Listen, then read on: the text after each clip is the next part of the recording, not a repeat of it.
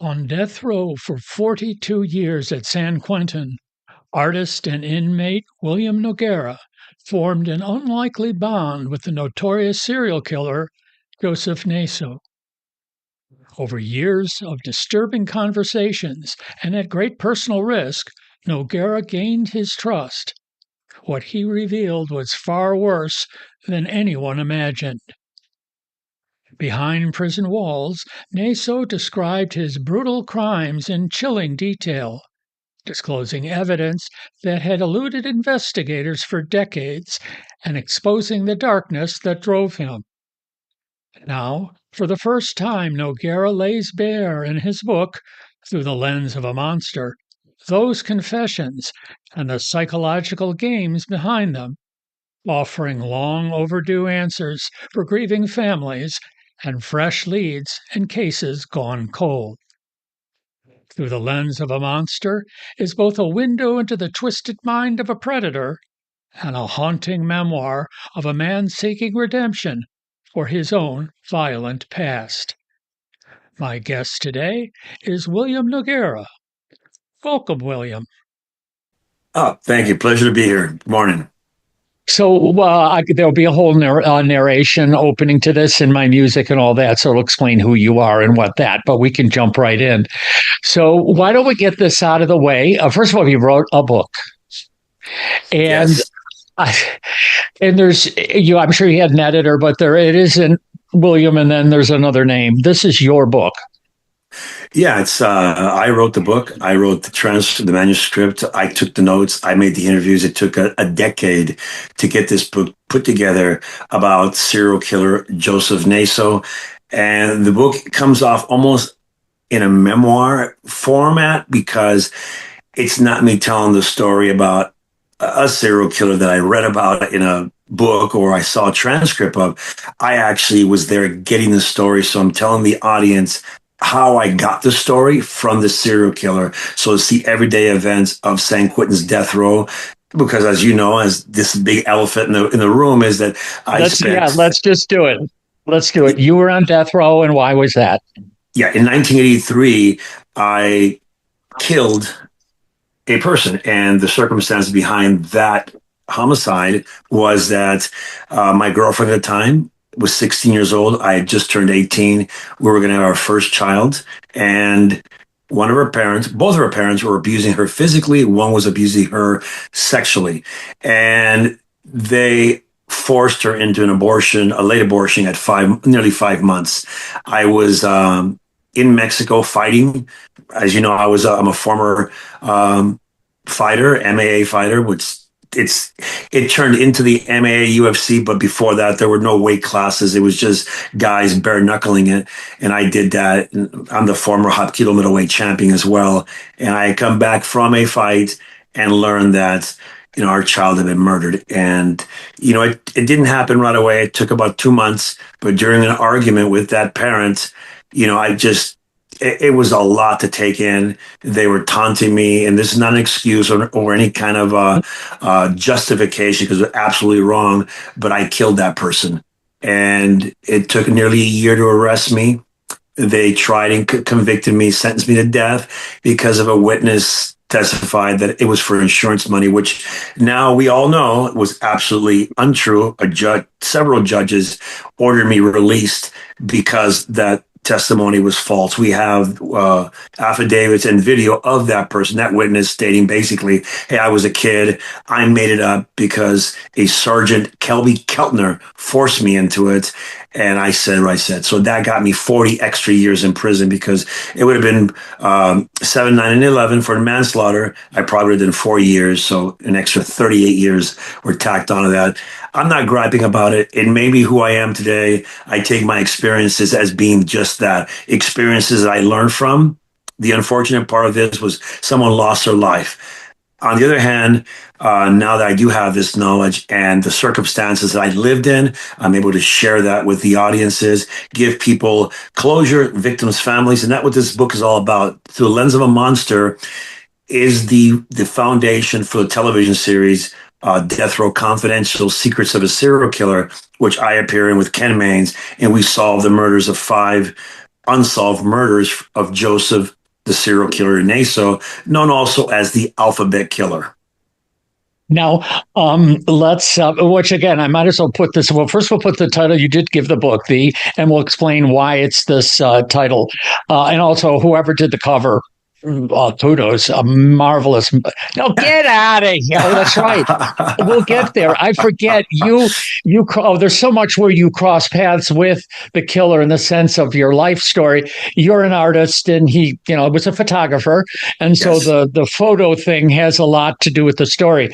The book, of course, you sort of, I think, went through a little quick through the lens of a monster, and that's Yes. where the title comes from. It's because he was a photographer, and as well. But it's a marvelous cover.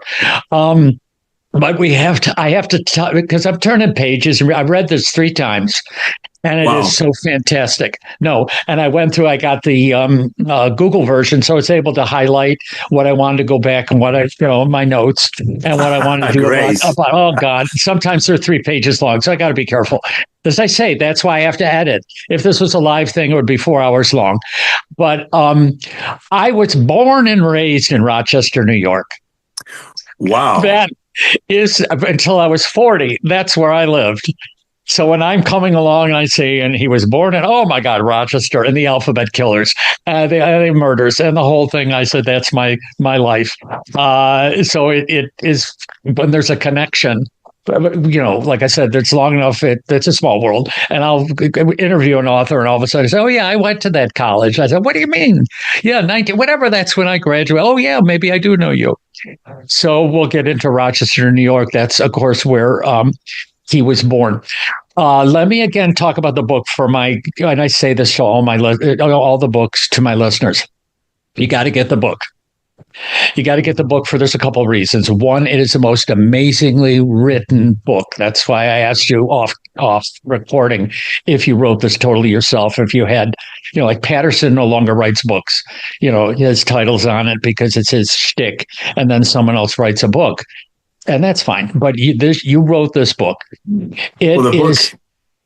Your book, and your book is like. First of all, I didn't believe it as I'm reading it. I'm saying, okay, this is a movie script. It's written as a movie. I mean, this can't be. You've got. We've seen all the movies where there's the fight in the yard and someone breaks up and it's like each of these, that wasn't your point. I mean, it's a great color. You need the color of what's going on, but the story, the plot, if you will, is what is so important and so amazing. And we'll get to even where that came from in a minute.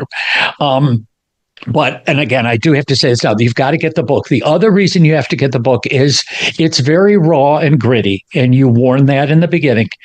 Yes. That it's and so we will not go into the details here of how he killed people, but I read them, and it's important to read them, but I want my audience to have that choice, and I don't want to have them having to turn the sound down, whatever. So we're not going to get into the details. And but it's a rich book aside from that of your relationship in prison, what you did in prison, how you survived in prison.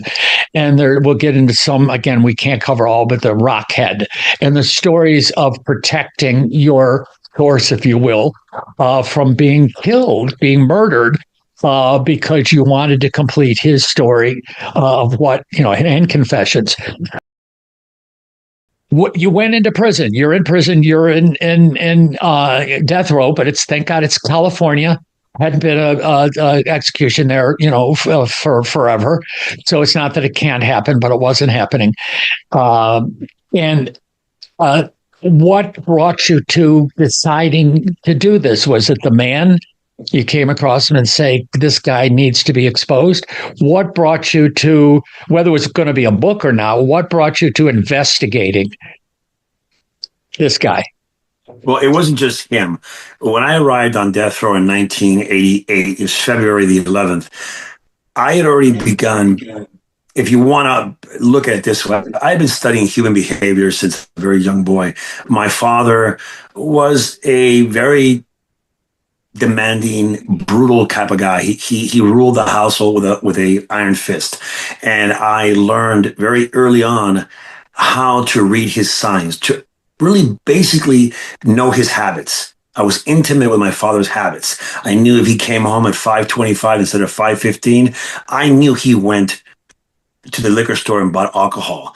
And I began to read him. He was my first subject. Then, of course, he taught me how to hunt and track animals, predators.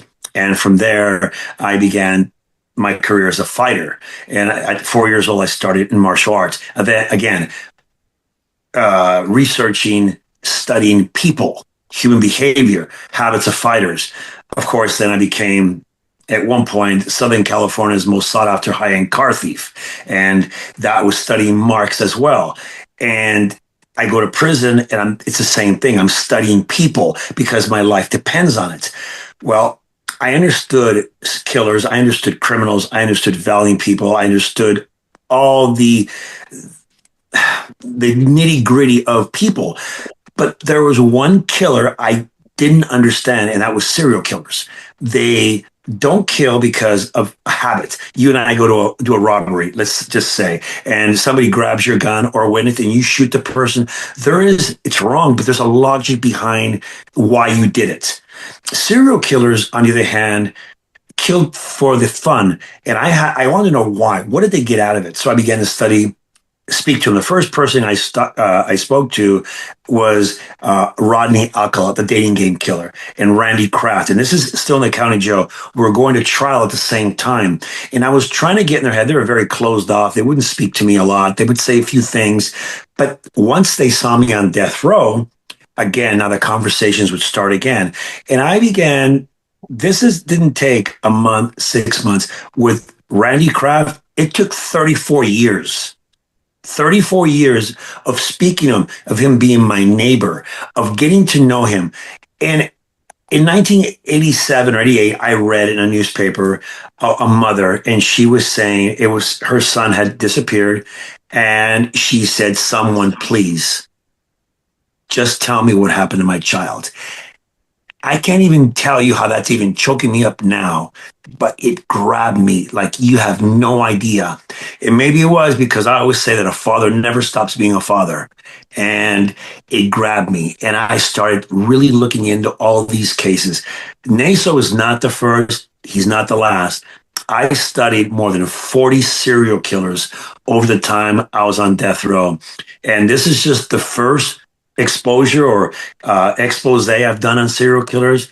There is another one coming up. There's another book coming. It's called Dead Body Society. And that book is about a fraternity of serial killers. This is absolutely factual. Serial killers on death row sharing their experiences, sharing that rush the reason I started investigating, I couldn't figure out why they killed and why they killed quicker and quicker and quicker.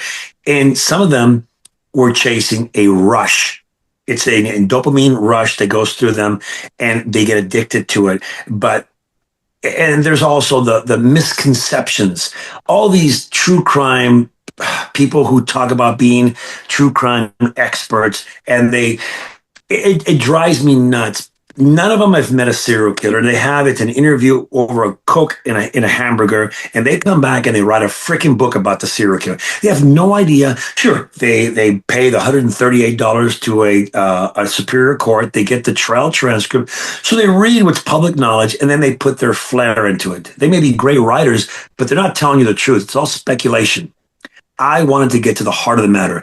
Through the lens of a monster is me on the ground floor, on death row, risking my life for, in this particular situation, a decade, and getting into the head of a serial killer where he tells me his reasoning, his logic, what makes him tick, from him being a cross-dresser at the age of being a small child, how his mother influenced him.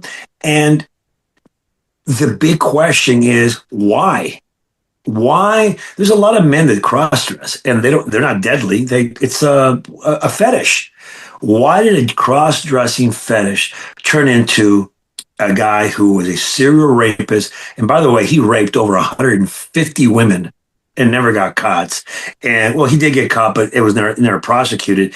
And then turns into a serial killer in 1965, which the book covers the details of the first murder and what he did. And all the way through his career were law enforcement, because they found a list of 10 and they connected him to 4 murders during his trial, and they attributed him 2 more murders to him.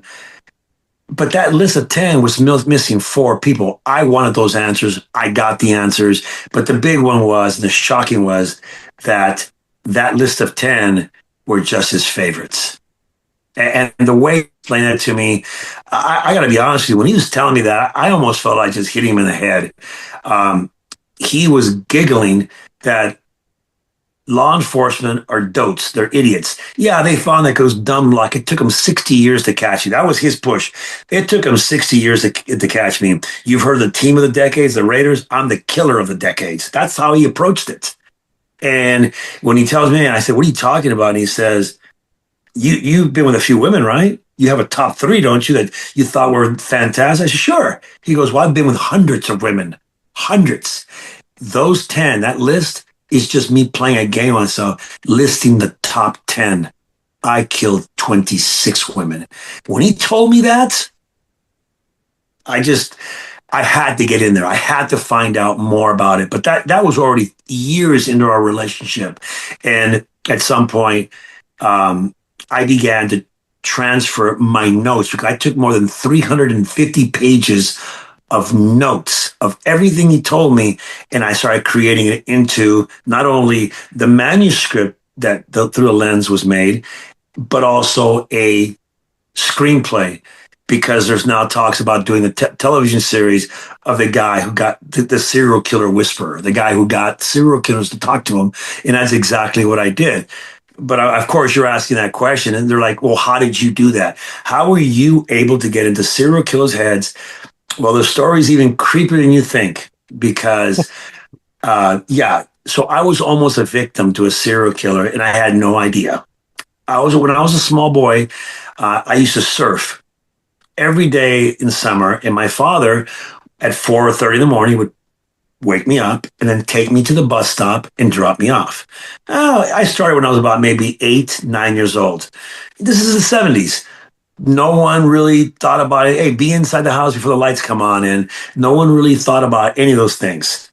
Right. So I'm sitting at the bus stop on Whittier and Beach, a few feet from Whittier and Beach. And I didn't remember this, but apparently a car pulled up beside me and said, hey, you want to ride? Pulls into the Shakey's Pizza behind, unlocks the door, and here comes the bus. I get on the bus, I leave. I don't even think anything of it. Fast forward to death row, I'm talking to William Bonning, the freeway killer who had a thing about boys. And I'm interviewing this guy, both out of Orange County. And he doesn't know I'm interviewing him, I'm talking to him. And I told him one day, I said, well, so who's the unicorn? Who's the kid that got away? All of us have them, because I was telling him that I was a killer as well, that I was a serial killer, but no one knew. And you know how circumstances are. So I was inventing this mask that I was wearing. And he immediately said, oh, yes, there was this boy that I saw twice, and I couldn't get him. But at the end, I realized he was, this dragon. And well, tell me about him. He says, well, 1970, whatever it was, I pull up next to the curb on Beach in Whittier, and immediately my eyes prick. He goes, and this lovely child, cocoa brown skin. And, the most interesting part was his surfboard. And I immediately said, what do you mean his surfboard? He had a red surfboard with a Spider-Man on it. I'm the only guy in Huntington Beach who had that board. And, of course, I don't remember that. And he said, well, there's more. There's more. I went to prison a month later, and he details of the children he raped, of course, at that point. And he says, but when I got out, I was with Vermin Butts, who is his crime partner in the murders he committed. And he says, we were coming off a beach, and suddenly at the bus stop, we see this young man, and he has long hair down to his shoulders. He has this hoodie, and his eyes are drooped down, but he has this amazing black surfboard with the same Spider-Man. We pull over to try and entice him into the van. or to the car. It was like a Winnebago. And when the door clicked open, the boy suddenly looks up and he stood and he said he was marvelous. Long hair, but his eyes. And I told Vermin, close the door. That's more predator than prey. He said, I'll never forget the boy. And he kept talking about him. And I'm sitting there listening to him. And I said, give me a moment. I went to my cell and I grabbed a photo. I came back and I said, I gave him the photograph. And he stopped. It was like lightning hit him. And he starts to touch the photograph. You're my unicorn. You're the boy. That's how I got into the club, into the fraternity. He introduced me to all of them. They had a fraternity of blood on death row, the Dead Body Society, where they would share photographs. The unique thing about serial killers that no other person on earth can do. And that's why I'm telling you, serial killers are born. They're not made. They're born. If they were made, and all these psychologists are correct that they're made because of abuse, we'd have millions of them ring around, millions of them, and we don't. We have a very unique few. My evidence, my thesis, my proof is you have families where you have 4 boys or 3 boys. One's a doctor, one's a cop, one's a serial killer. Same family. He's wired differently. And that thing I'm telling you is that they are able to relive things. By sharing photographs, they share power. This is unique to serial killers. And they did it on death row. People are going to say, oh, well, how do they get these photographs? They're on death row. You have no idea. In California, when you receive a death penalty, you basically get a red carpet opening. You get a lawyer, you get an investigator, you get hundreds of thousands of dollars for defense, for experts. But the big thing is the Constitution in California affords a person with a capital crime against them to be able to participate in their own defense. What does that mean? It means that you have the right to have everything the DA's office has in your cell to study it. And that means victims' photographs, autopsy, family photographs of the victims, before the murder, after the murder, everything. And they would share audios. They had tape recorders. They'd listen, like, for example, the Toolbox Killer, Bittaker. He would share those screaming audios of his victims as he was murdering them. I know because I was there. There is not a person on earth that can say, whoa, that didn't happen.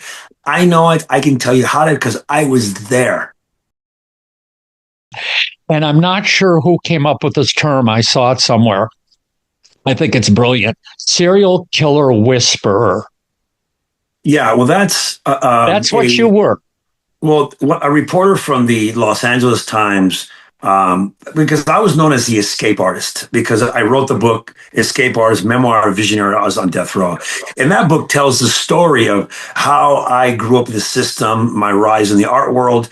Naso saw this. Everybody told me, that guy right there, he's a famous artist and author.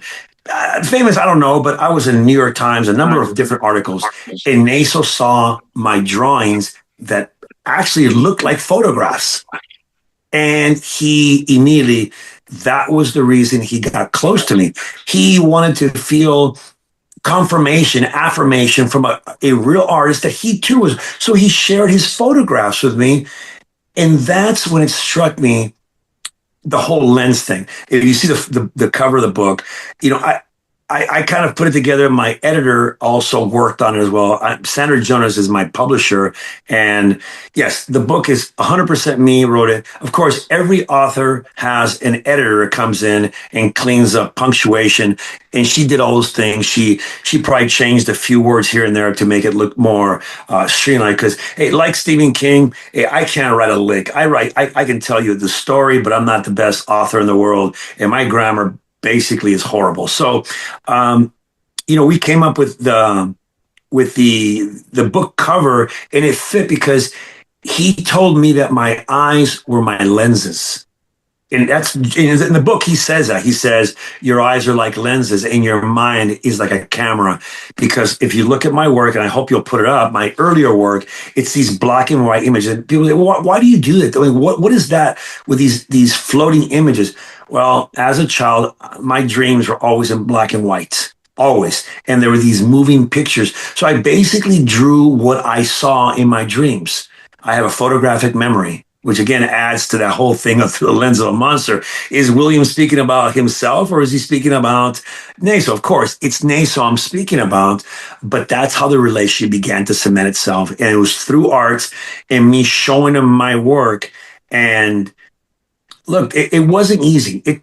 10 years is a long time to be around a guy that I would normally want to choke out.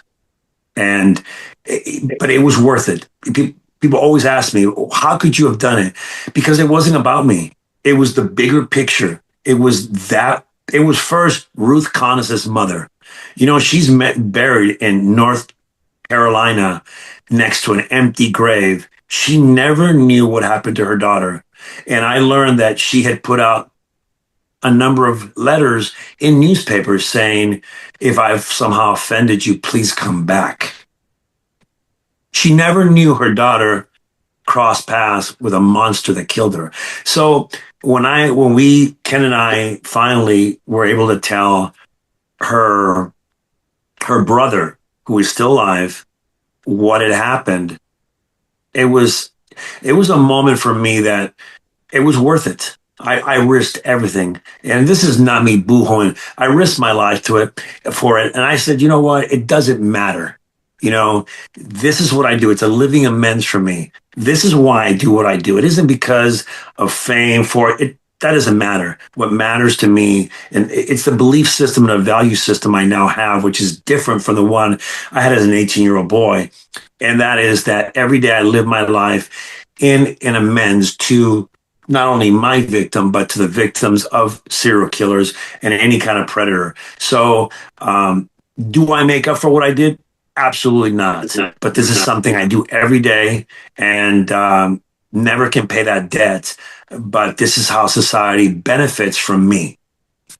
Now, one of you just threw out a first name, Ken Maines.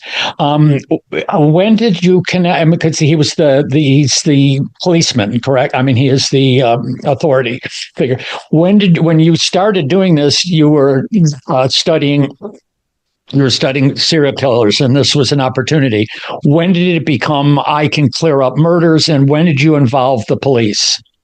Okay, so it was actually 2020. Well, let me back up. 2017. I was right in the midst of getting the real story from Naso, which was the confession, the written confession, and everything I got. And a judge in November 17, 2000, ruled in my favor.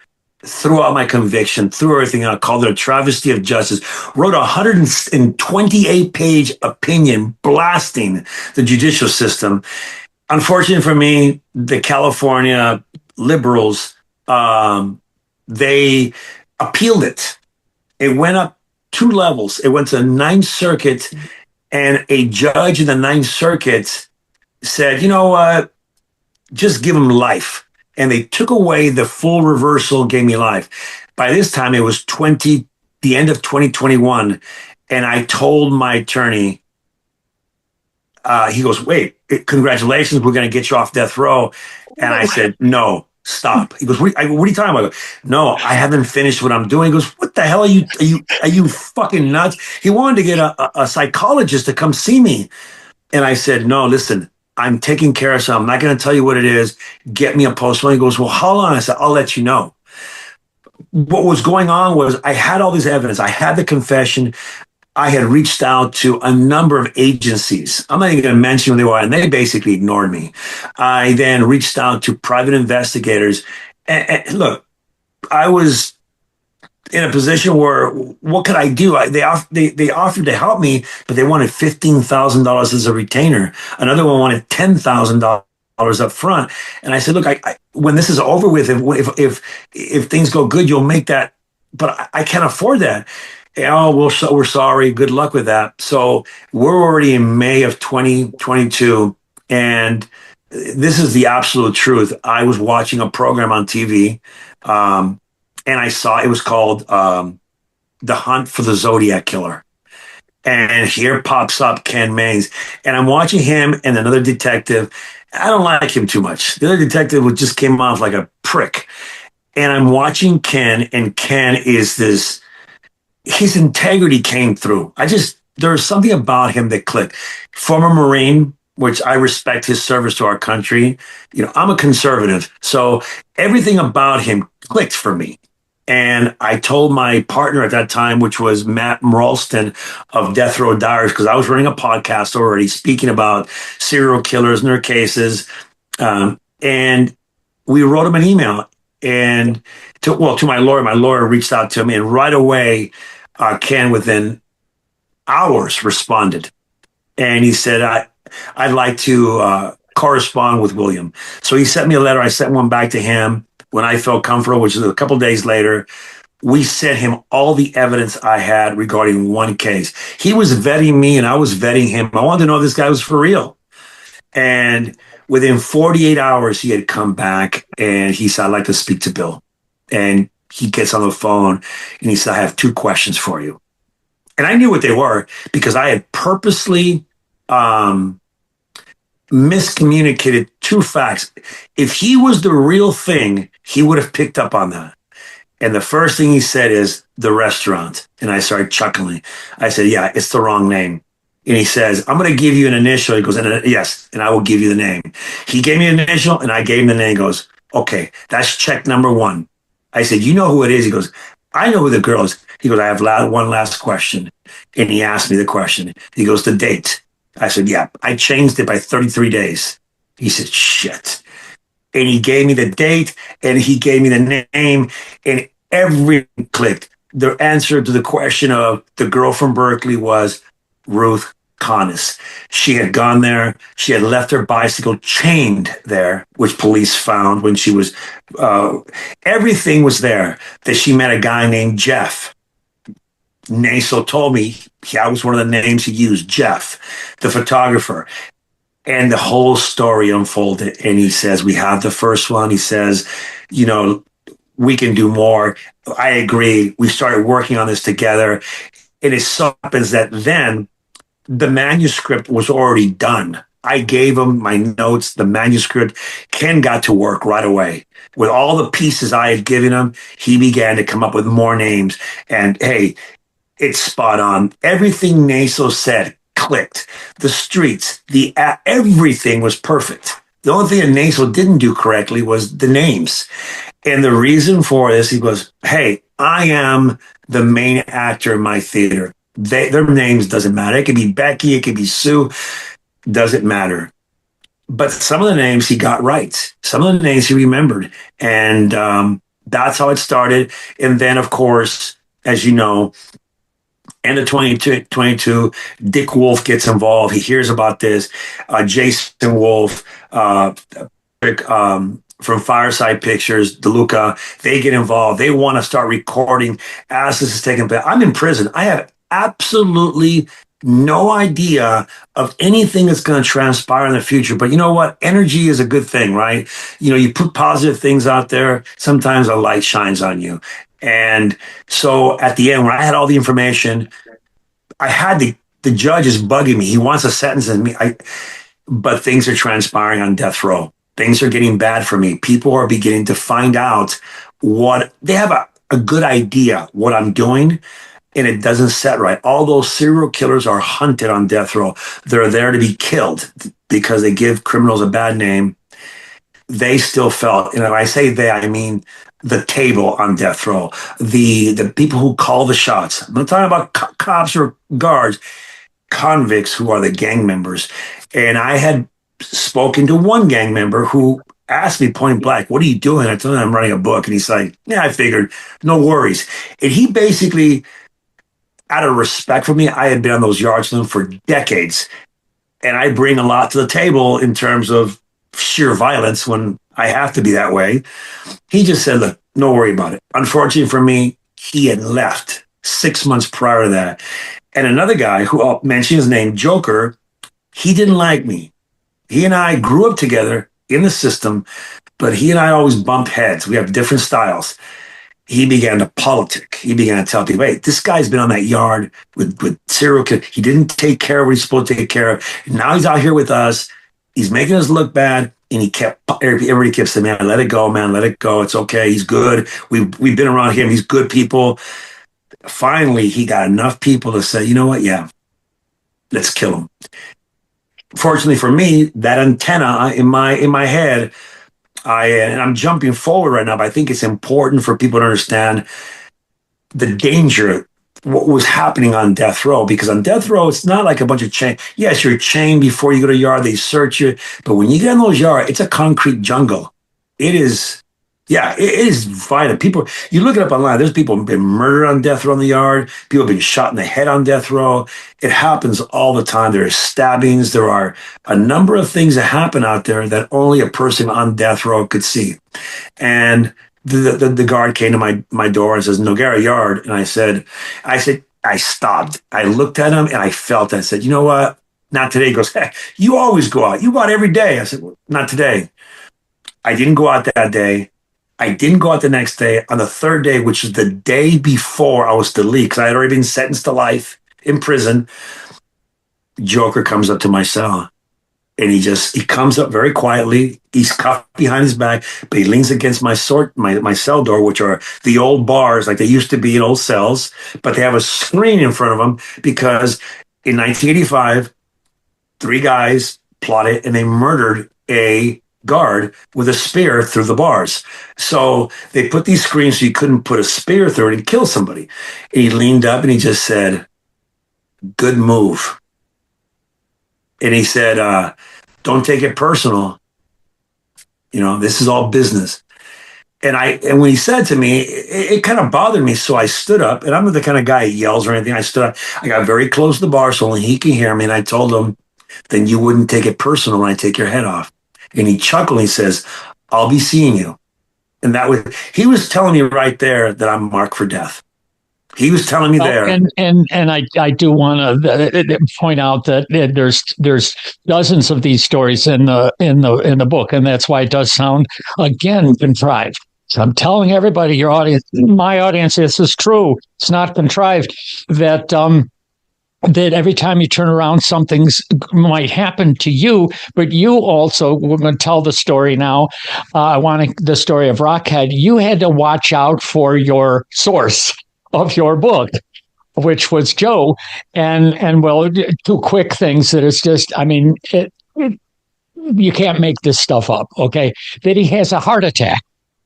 So you think he's done, okay? A guy on death row, what are they going to do? Oh, he comes back with stents. You know, he's fine. And then that's his own body coming against him. But tell us about Rockhead, how you had to decide. Rockhead wasn't coming after you. He got into a tiff with Joe, and this could have ended Joe's life and your book. So tell us about the Rockhead. Well, yeah, more than that, it could have ended a lot of things because if I didn't play it correctly and he decided, you know what, we're going to dance, it would have been me and him, and I would have gone to the hall. I would have lost my job. There was a lot riding on this thing, but Joe got himself in trouble a lot. He would run his mouth, and Joe would tell on people. There was an incident where a guy was being stabbed, and Joe's out there pointing at the guy. He did it, you know. And Joe's an old man. He's the oldest person in history to be sentenced to death. He was 79 years old when he was sentenced to death. Joe is now 91 years of age. He's still alive, which is insane. But so Rockhead is this former gang member, and I'll put it lightly. He is one of the 4 gang members, gangs in prison. There's only 4 true gangs in prison that exist. There are a lot of little gangs, from street, but they don't even count. They're called disruptive groups. The major gangs in prison are the Mexican Mafia, La Nuestra Familia, which is the northern version of them, the Aryan Brotherhood, which the only one that counts is the Aryan Brotherhood in California, where it was born at. Those guys are the real deal. I call them nuclear white boys. And then there's the BGF, the Black Guerrilla Family. At least at that time, those are the 4 major gangs. And Rockhead belonged to one of them. He went to that yard because he faked an ear infection and all this stuff, so he couldn't hear. And he had what's that stuff called? Libido, not libido. What's it called? Equilibrium problems. Vertigo. And yeah, and he faked it because, and there was a reason for it. I had figured out what was going on with him before he even knew what was going on that I knew. So what happened was they were walking one day. It was a Sunday. It was my day off. I was on my yard, which is a general population yard on death row. A lot of people have questioned, like, well, death row is isolation. Bullshit. I was there, man. You fucking tell me. There was a decree made from a federal judge called the Thompson Decree. Because, yes, at one point on death row, everybody was isolated. There was no yards. You basically sat in your cell 24 hours a day. You were lucky to get showers once a week. Okay? That's where the term bird bath came from, because you shower in the toilet or the freaking sink. So this Thompson Decree came out, and suddenly death row gets yards 7 days a week. They get contact visits. They get all this stuff. So we're on the yard. I'm watching what's going on with Joe, because I see the altercation. He bumps into this guy. Instead of saying, hey, excuse me, the guy is 6'2". He's a well-built guy that looks like a killer. And Joe turns around and says, watch where the hell you're going. And the guy, being the hair trigger killer that he is, looked at him, immediately just grabbed him by the throat, picked him up, choked him, till he was unconscious, and just threw him on the floor and walked off. Of course, Joe wakes up. He is in a panic. The next day is Monday. I go to yard, and he says, we're friends, right? You and I are friends. And I'm like, yeah, Joe, what's going on? You see that guy there? And I look at, yeah, Rocky, what about him? He goes, well, he choked me.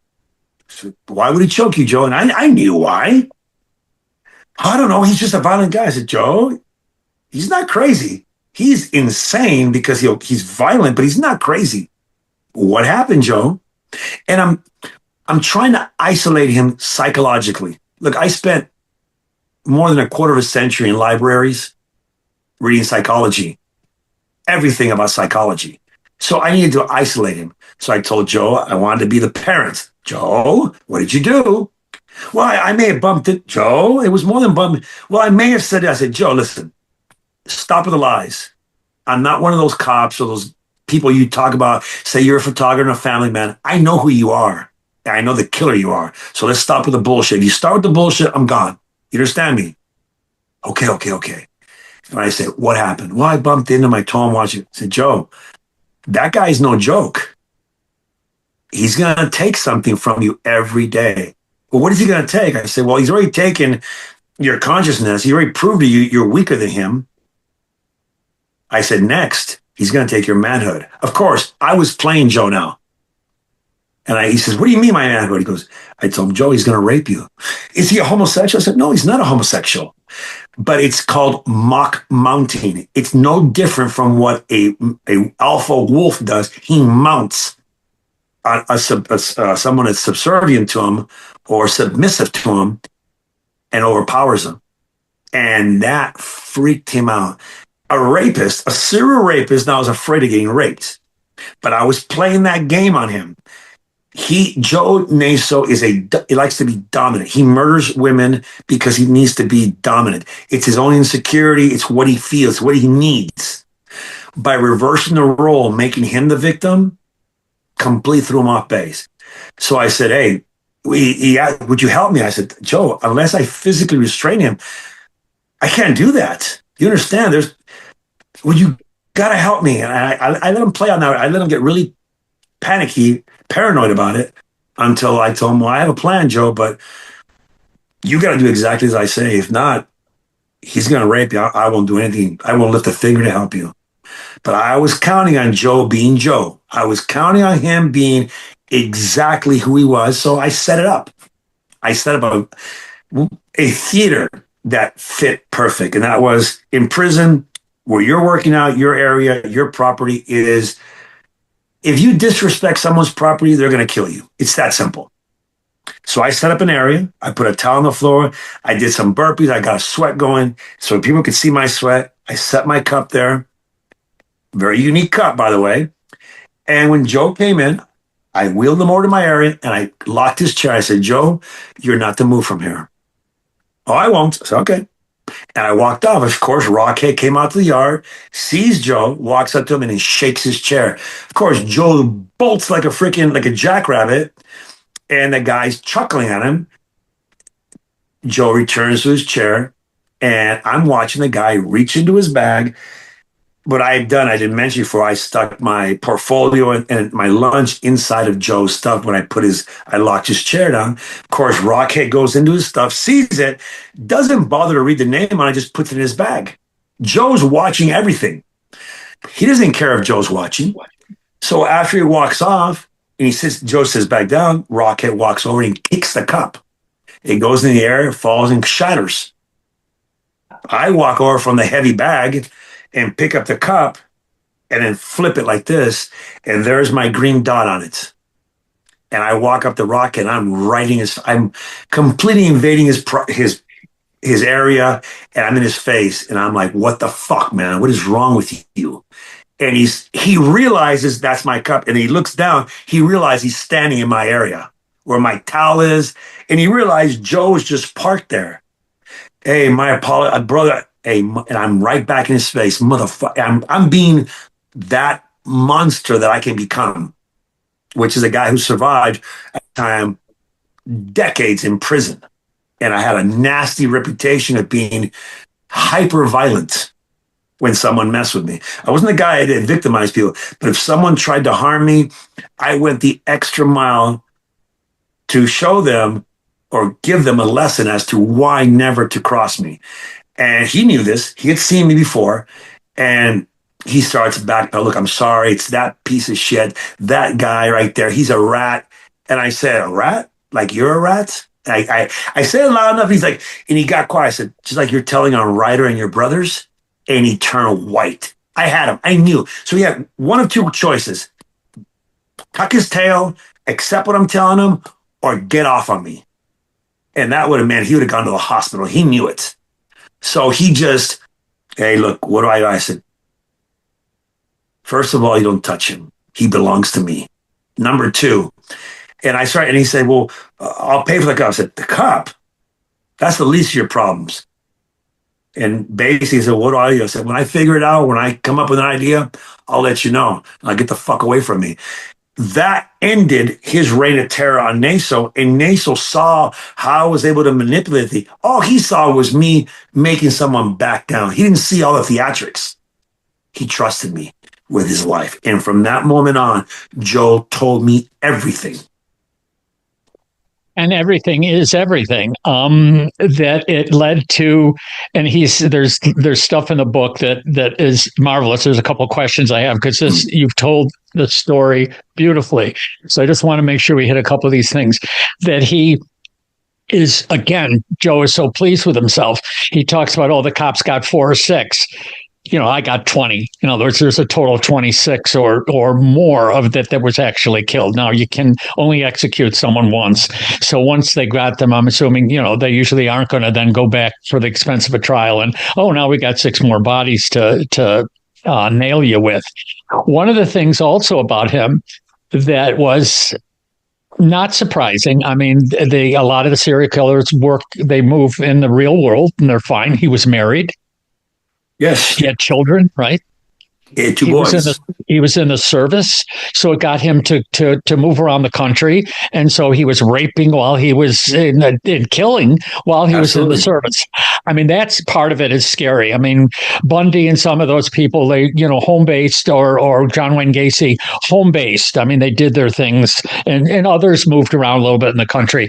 But this was amazing that he, opportunist. Use the service, like gets me moving around. I'm not in one place too long for someone to do. Now, there was something in the book, too, where it was about celebrity photos. So it wasn't clear. I read it a couple of times. Maybe it's just my eye. So he actually took pictures of the people that are listed there, but didn't actually know them. In other words, so was he in the background or was he professionally photographing?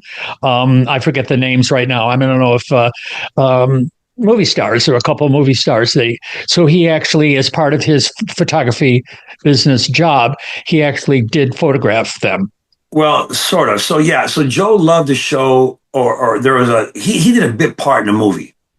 Okay. And it was a mobster movie, and he's standing there, and here comes John Moore, puts his arm around him like, "Hey, we need to take care of this." And it's a brief, maybe 3 or 4 seconds that Joe's in this movie, but that in Joe's mind, he's a movie star. So during the shoot, he took pictures of John Moore or John, I forget his last name, and he would go to these celebrity events in Las Vegas where you could go in and there's the movie star. You pay $10. You take a picture with him. So he took pictures with a lot of celebrities, and he would have them he would show everybody on death row. Yeah, I used to run with this guy. I knew what he was doing. It's him inflating the image of who he was, but he was a professional photographer. He was in a magazine called The Professional Photographer. He was part of the Bay Area Professional Association of Photographers. So he had the credentials. He also, as you know, used fake credentials to get into professional sporting events where he picked up 2 girls and killed them. One of the girls is Pam Lampson, and who they attribute that murder to Rodney Alcala. It was a joke on death row. Naso would be laughing that he's got one of mine. They blamed him for him. And again, that's one. I didn't know the girl's name. When I fed all the information to Ken began to investigate it, and he found out who the serial killer was and everything. And sometimes I had held things back from Ken. I wanted to make sure he was doing his job, and he did. Ken Mannings is the real deal. He is the real deal, and he figured it out. And that was another case that we had solved. But Joseph Naso just really liked to live this life of being someone he was not, and his most unique feature is that he's an ordinary Joe, that he could walk into a room, you and I could look at him and never even pay attention to him because he looks non-threatening. He doesn't look imposing. There's nothing up. He's not extremely good looking. He's not too short. He's not too tall. There is nothing about him. And that is what I realized was his feature. One of the young ladies that he murdered, Pamela Lampson, law enforcement had attributed to Rodney Alcala. But one thing that she said that was so telling to me was when her brother was concerned that she was getting her makeup done because she's going to get her picture taken by this mysterious photographer, she tells him, "This guy could be my father." If you know Rodney Alcala, in the 1970s, at that time, he had long hair. Some people would say he was an attractive man, very charming, charismatic. A woman like her, good-looking young woman, would have said something like this: "Oh my God, don't worry, he's so cute." Or, "Oh my God, don't worry about it. He's really good looking. He's a good..." That's not what she said. She said, "He could be my father." That was so telling for me because it's the little details that make it click or not. I knew when Joe told me that, and when I seen that, absolutely true.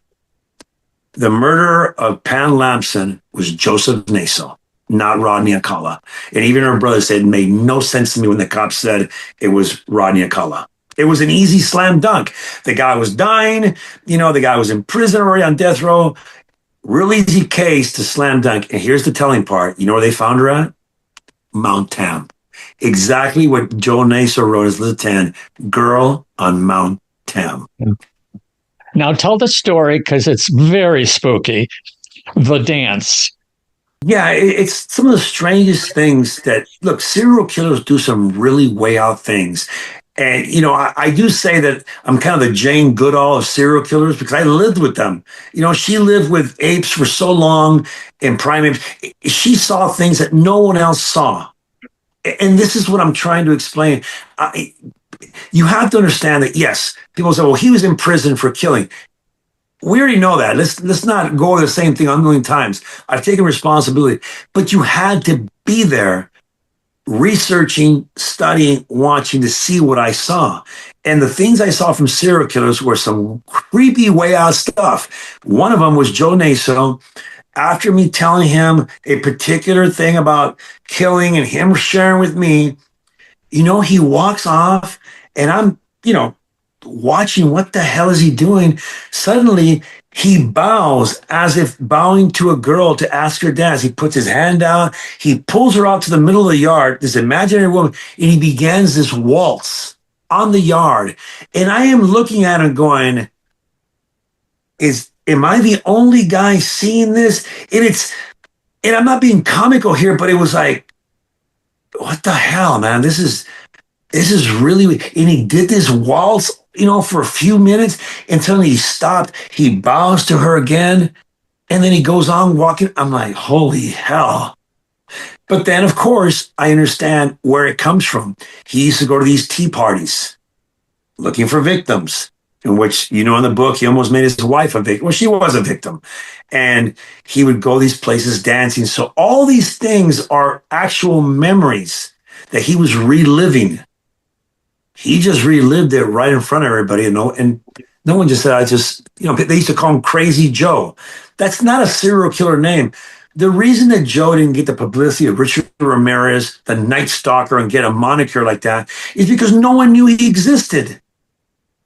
People talk about Richard Ramirez and all these guys as being the premier serial killers. Richard Ramirez killed 15 people, or possibly a few more. That was it. Not that was a little bit of people, but Joseph Naso is the most prolific serial killer. He did it for nearly 60 freaking years. 60. He raped over 150 women and then murdered 26 of them. And he was only caught in 2010 after he had retired, and it was by dumb luck, because it was dumb luck. He had made a mistake. His probation officer wanted to search his house, and they found a bullet. That bullet led to them searching out, finding guns. They arrest him. They search the house. They find all these mannequins. They find all this stuff that's detailed in the book, as well as in Death Row Confidential, Secrets of a Serial Killer. And they figure, okay, something's going on. They found his rape journal, because he writes everything down. And that's when they figure out, after a year of him in jail, that he's actually a killer. And by the way, so there's a lot been made of him being the alphabet killer. He is, well, we don't know that just yet. It's still being investigated, but DNA evidence basically excluded him from being the alphabet killer of the girls in New York, of Carmen Colon, etc. The reason they made a connection in because one of his victims in California was named Carmen Colon as well. And there is something behind the name. Okay. We are not sure about the killer who killed those girls. He was a pedophile. Joe, there are things that we can go back and forth on. Some things that Joe wouldn't talk about, and that's because he figures that my position on pedophiles would have been a big issue for him. So maybe he kept that from me. Possible. But being the alphabet killer, he is an alphabet killer. I call him the killer because he was cleaning women in his mind by taking their portraits before and after they're dead. When they were dead, he had cleaned them. Now they're the person they should have been from the very beginning, before they were influenced by life. Okay. The alphabet killer part, he does that there is a reason behind it. Joseph Naso was very close to Carl Chessman, the red light bandit, executed at San Quentin prison. And Joe had letters where the lawyer for Carl Chessman had written him saying, hey, Carl wants you to be at his execution. He and Carl had a relationship where they would write back and forth. And if you look at Joe Naso was not original. He doesn't have an original bone in his body. His two serial killers, and most serial killers, they follow other serial killers or study them. He studied the red light bandit, who was a rapist. Joe Naso only raped until he raped the whole time, but he began killing in 1965. It's very curious because the other serial killer that Joseph Naso followed and was really close to, and he didn't know him personally, but he had tried to study him and mimic him, was the Glamour Girl Slayer. The Glamour Girl Slayer took pictures. He was a photographer, same MO that Joseph Naso had. He'd strangle him, he'd discard the same thing as Joe. So what Joe told me on a number of occasions was that the Charlotte Cook murder, who we know now is the girl near Down Peninsula from Miami, he told me he wouldn't talk a lot about her, but he said Carl would be very pleased. And he also told me that those girls that he used double initials, Pamela Parsons, Tafoya, Carmen Colon, etc., were tributes to Carl Chessman. And when he said the girl from Down Peninsula would be, Carl Chessman would be very pleased, well, they need to do a little bit of thinking. Carl Chessman, CC. Charlotte Cook, CC. That was the girl that he wouldn't talk about because she was African American. And in California prisons, you don't cross racial lines. And I made that abundantly clear to Joe that if the African Americans are in the shower, you can't go near there. They have guards posted because they won't let anybody get near them. If the Mexicans are doing it, it's the same thing. So I made him very clear on the racial lines. And if you harm, in prison, it's very interesting. You can't say, okay, so you obviously are white, you're a Caucasian, and I'm Hispanic. If I have an issue with you, I just can't go and jump on you unless you're not connected. So this is kind of complicated, so follow me. If you're white, meaning that you are in that white car, meaning you are an active member of that car, you're considered white. If you're not, if you're just a ho-hum guy that just happens to be of white color, you're just a Caucasian. But if you're white and I have an issue with you, I have to go to the leaders of your car and say, hey, man, this guy's screwed up. He owes me money, this, whatever the issue may be. You guys handle it or I'm going to handle it. Now they've been forewarned. So they will say, give us 24 hours. They'll go to you and find out. Either they're going to kill you or they'll say he's worth more than the debt. They pay the debt off and say it's squashed. That's how you move. I taught Joe this part of the convict code. So when I told him that, he refused to talk about the girl from Down Peninsula. The reason, she was African American.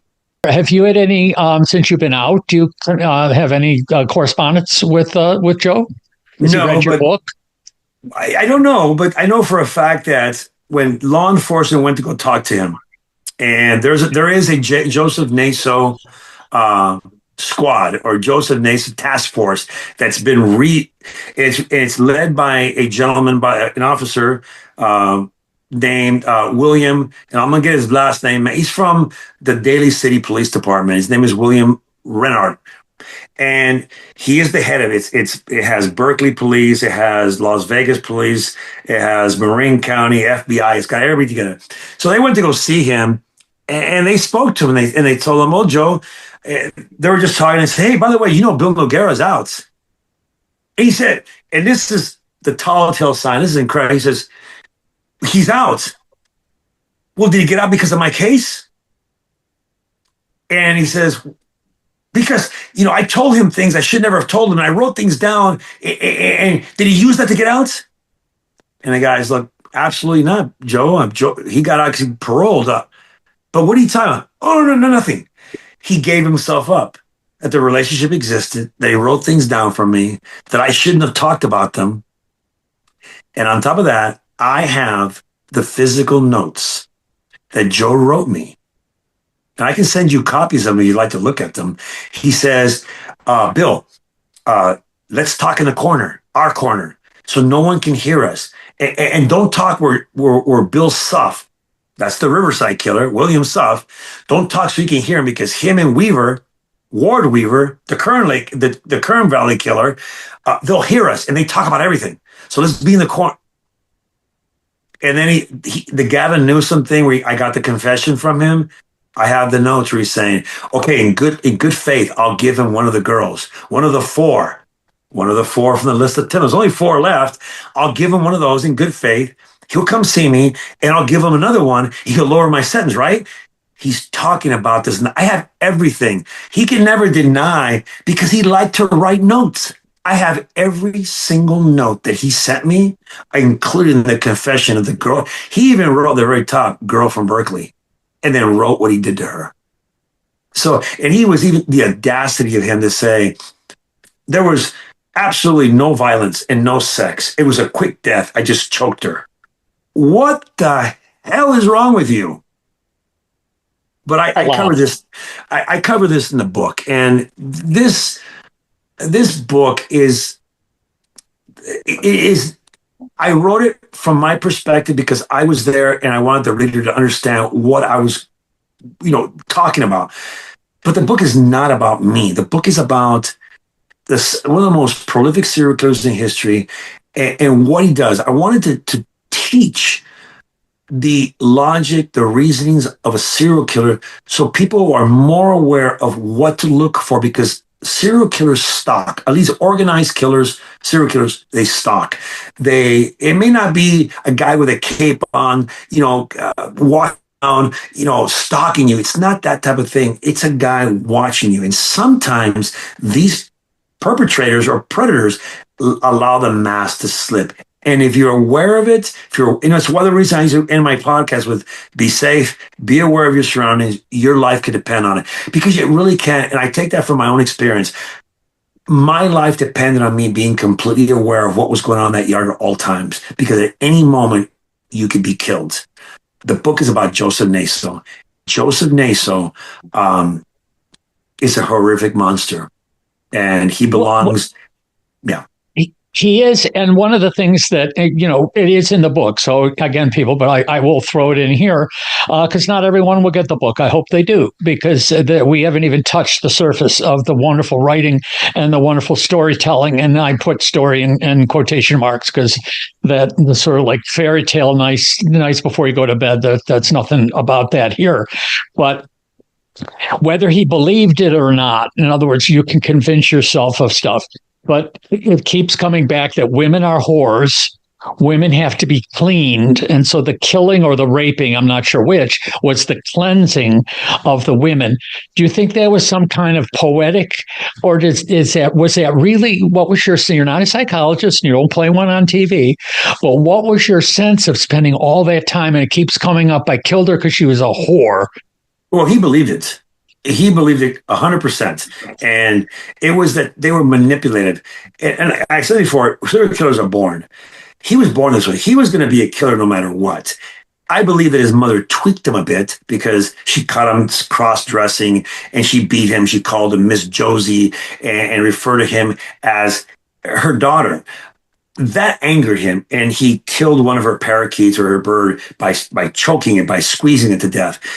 Joseph Naso believed women were manipulative, that he had a sense of who women were, but he needed to confirm that in his mind. He felt in his mind that women were no good, manipulative, that they used men like they used him and his father, because he felt that his mother was a hypocrite. And that really played a part in him. So when he would talk to these women and say, we take a picture for money, and if they took their clothes off for money, that affirmed from him that she was dirty, and the only way that she would be right is to cleanse her.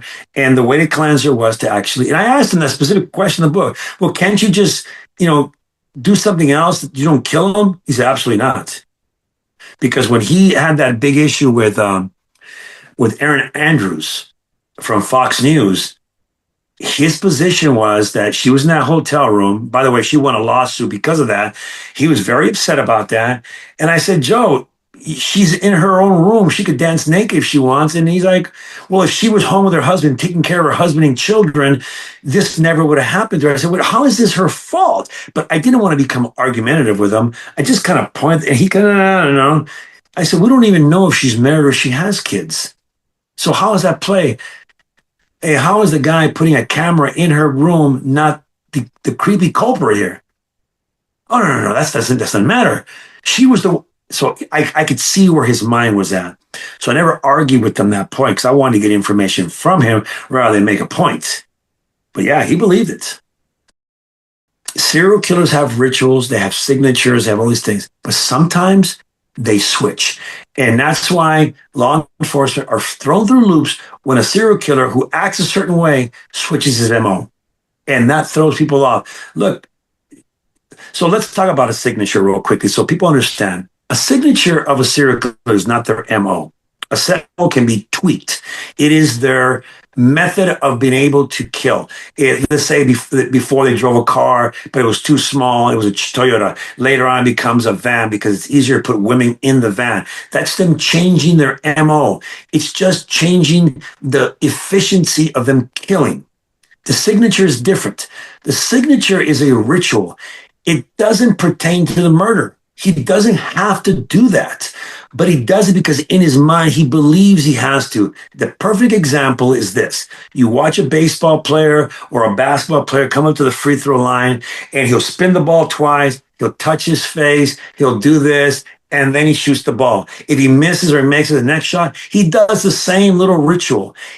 Baseball players do with their gloves. They touch it, they hit the bat twice, they swing the bat twice, and they do it every single time they go to bat. That is a ritual. That is the same thing that a serial killer does when he kills. He sets them up. He does this. It is only for his own gratification. Well, this has been marvelous. I've got so much stuff. So tell us, and I'll put it in in narration and in text form.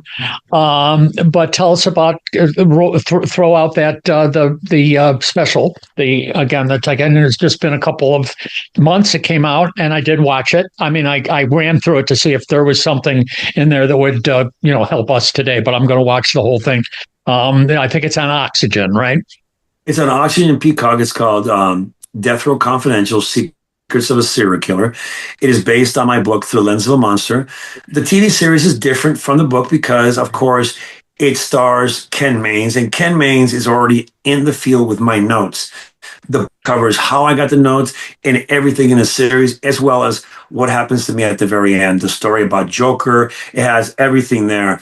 The book can be found at Amazon, Barnes and Noble. It is, I'm sure we'll have a link for it, but it's a book that was written for victims. And it says in the dedication, for the victims of Joseph Naso. This book is there to educate people and to give people, obviously, a good read, but also give them the facts about what serial killers really do, rather than a bunch of speculation that I believe is more harmful than good. Because if you don't really know what's going on, you're very likely to walk into a situation that you can't get out of, where this book gives you better details and it actually informs the public. At the same time, it entertains you because it gives you facts that they're pretty way out there, but all true. Now, and share with my audience your website.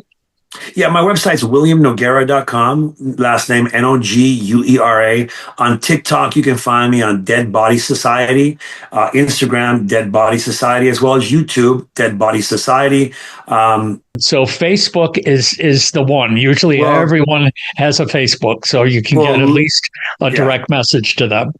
Well, lucky for everyone, I handle all my social media. Not very well, by the way, because this is something new to me. I've only been out of prison now 108 days or something like that. So if someone has something to say, please just direct message me. I handle all my accounts. I look at everything, and I answer even the littlest person very quickly, which was the great. Biggest person, I always answer. I try to be of service to people because there have been victims' families who have contacted me asking for me to do their case. And right now I'm actively working on a couple of cases of missing kids. So I will answer. Give me a minute. And if I don't answer right, message me again. I'll eventually get to you. This has been a pleasure. Thank you for joining us today on Murder Most Foul. Oh, thank you so much. And always be safe, be aware of your surroundings. Your life could depend on it. So I'd like to thank you folks for kindly tuning in for another episode of Murder Most Foul. If you liked what you heard, I hope you'll tell your friends. Information about the podcast and an email link that can get a message to me can be found at the podcast's website, the address being www.murdermostfoul, all one word, no caps, no spaces, .com. So, until we meet again, stay safe, and for God's sakes, don't murder anyone.